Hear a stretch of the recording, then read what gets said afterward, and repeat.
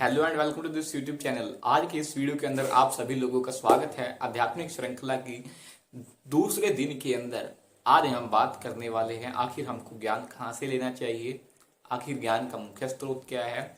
और बहुत से लोग कहते हैं कि हमको प्रमाण चाहिए, भगवान के होने का प्रमाण चाहिए, तो उनको भी ये वीडियो आप शेयर कर सकते हैं। इसके अंदर आपको डिटेल के अंदर जानने को मिलेगा।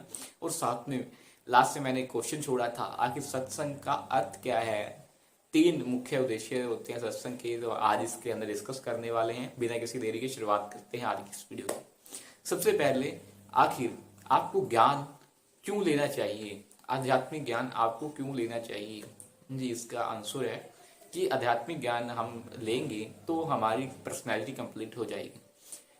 क्या है, 2 उद्देश्य हैं, 2 अलग अलग ज्ञान है। एक है मटेरियल और एक है स्पिरिचुअल। दोनों को अगर लेंगे तभी हमारी पर्सनैलिटी कंप्लीट होगी।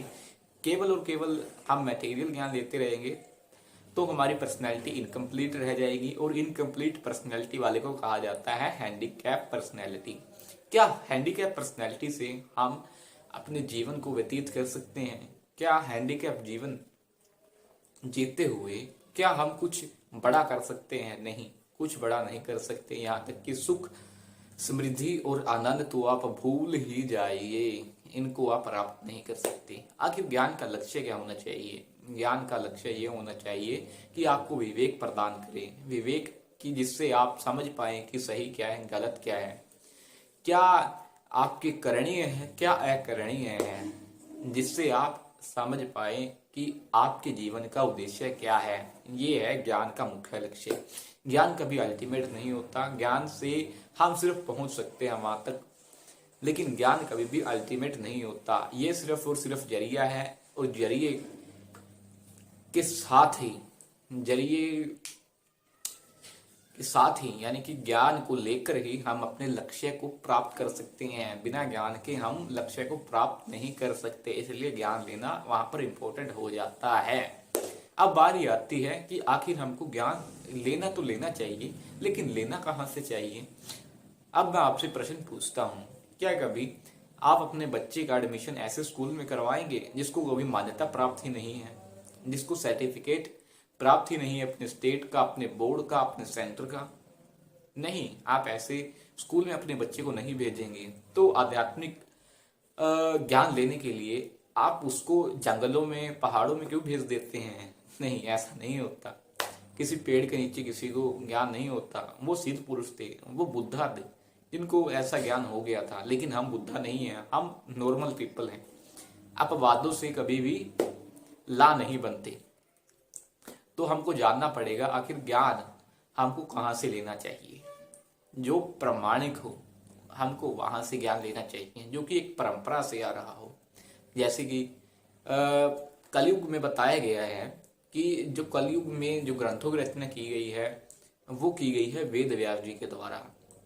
इससे एक बात हमको स्पष्ट तौर पर दिखाई पड़ती है कि गुरु ने वेद दिए हैं, वेद से गुरु नहीं आए।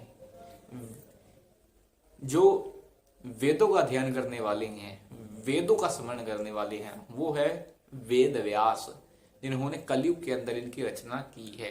क्या इससे पहले वेद नहीं होते थे? जी, उससे पहले ही वेद होते थे, लेकिन लोगों की स्मरण शक्ति, महर्षियों की स्मरण शक्ति इतनी अधिक होती थी कि उनको लिखने की आवश्यकता ही नहीं पड़ती थी। उन्होंने एक बार याद किया तो वो उसको एज इट इज दोहरा देते थे, उनको जरूरत नहीं पड़ती थी। लेकिन वेद व्यास त्रिकालदर्शी थे, उन्होंने देखा कि जो कलयुग है उसके अंदर लोगों की स्मरण शक्ति कम होने वाली है, इसलिए इस ज्ञान को लिपिबद्ध करना होगा। लिपिबद्ध किया उन्होंने इस ज्ञान को, और फिर ये ज्ञान हम तक पहुंचता है।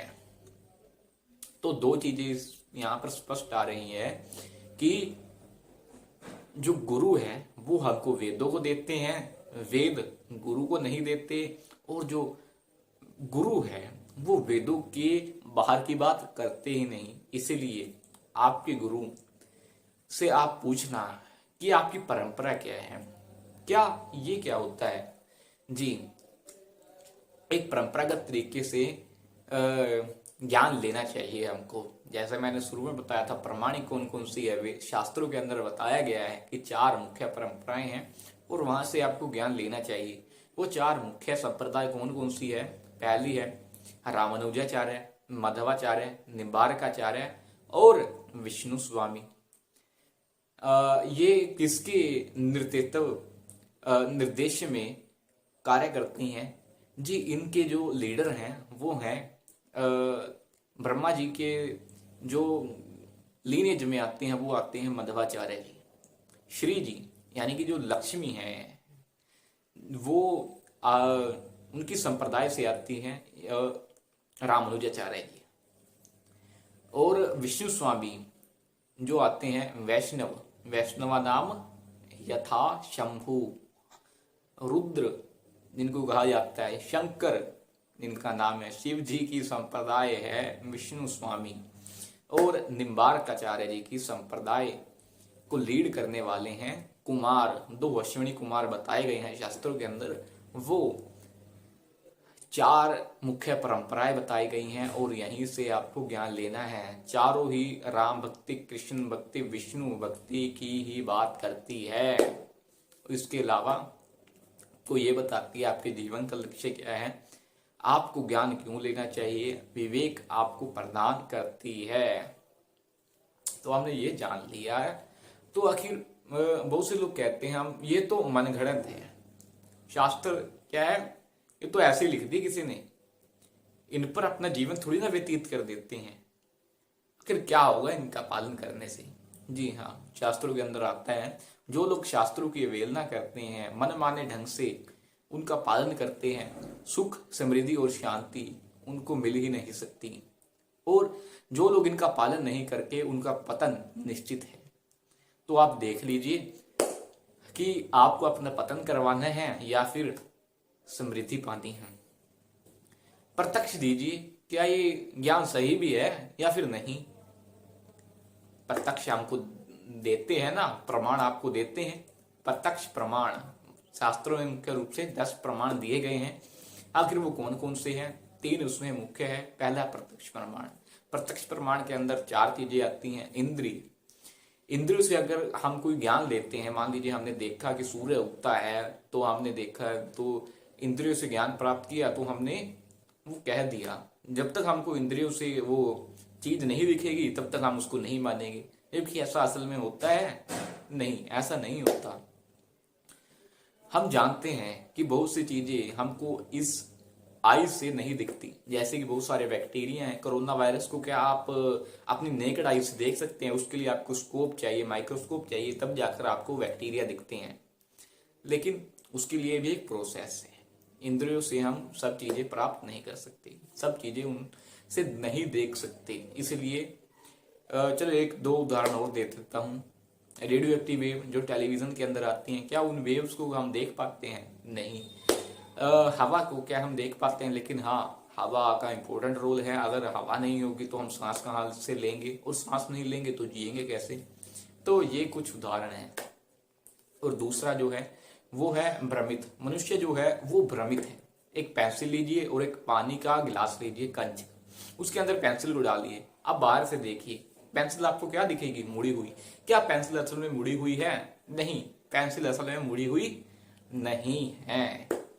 तो इसका अर्थ क्या हुआ कि मनुष्य इल्यूजन क्रिएट करता है अपनी नेकेड आई से। वो कुछ देखता है तो उससे प्रमाण इकट्ठा करता है, तो उसके आधार पर वो डिसीजन लेता है, लेकिन ये भी सही नहीं बैठता। दूसरा है या तीसरा आता है, वो आता है गलतियां करने का स्वभाव। मनुष्य तो कठपुतली है, उससे तो गलतियां होना स्वाभाविक है, तो ये भी सही नहीं बैठता। गलतियां तो हर कोई करता ही है। आज तक कोई ऐसा मनुष्य नहीं है जो ये कह सके कि मैंने गलतियां नहीं की। गलतियों से ही हम सीखते हैं, गलतियों से ही बढ़ते हैं।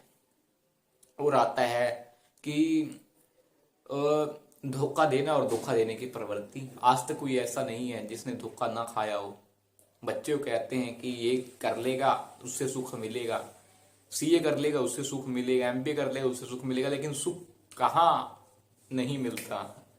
और जो दूसरा आता है प्रमाण, पहला हमने चर्चा की प्रत्यक्ष प्रमाण की, दूसरी हम चर्चा कर रहे हैं अनुमान प्रमाण की। अनुमान किससे लेते हैं? इंद्रियों से लेते हैं। जब तक इंद्रियां हमने बात कर ली, इंद्रियां तो अपूर्ण है। जब तक हम इंद्रियों से बात करते रहेंगे तो इंद्रियां तो टेक नहीं बैठती, तो इसका मतलब सब गड़बड़।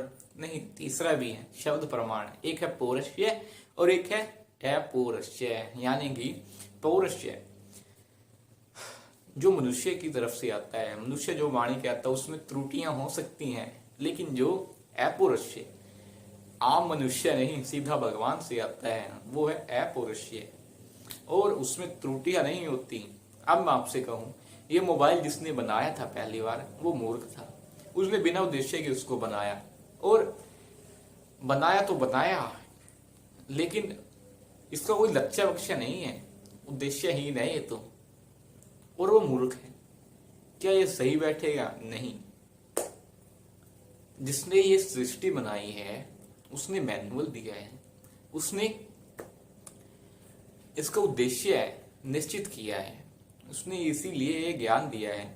तो वो मूर्ख नहीं है, वो बुद्धिमान है। तो इस तरीके से हमको ज्ञान लेना चाहिए। बात कर ली हमने, और दो और आते हैं, एक आता है अरोहा पंथ और एक आता है अवरोहा पंथ।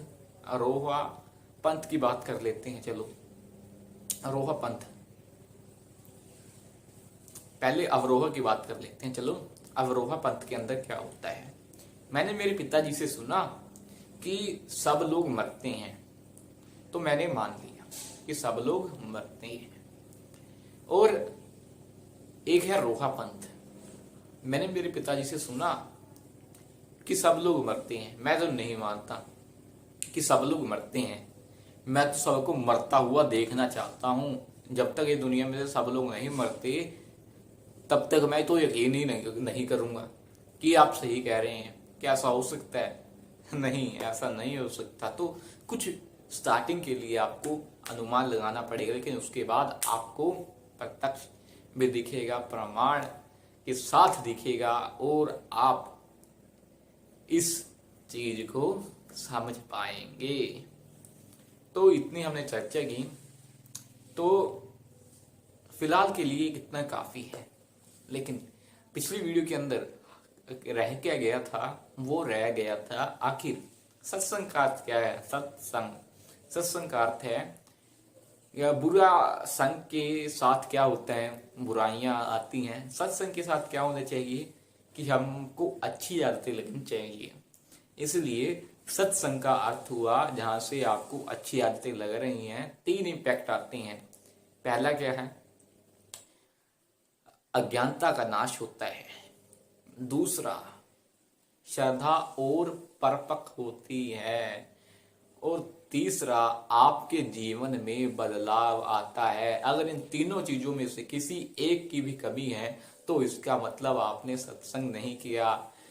भगवान के सत्संग आप सुनने आए तो आपने क्या किया?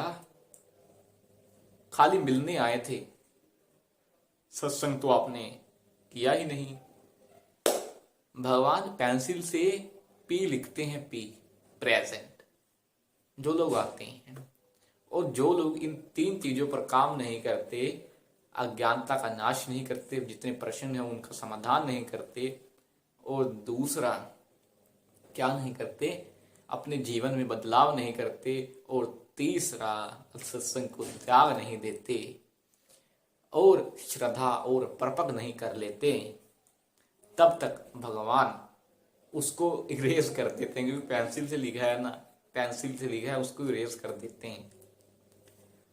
बहुत बहुत धन्यवाद आज की वीडियो को देखने के लिए। Thank you for watching this video. मिलते हैं हम आपको नेक्स्ट वीडियो में।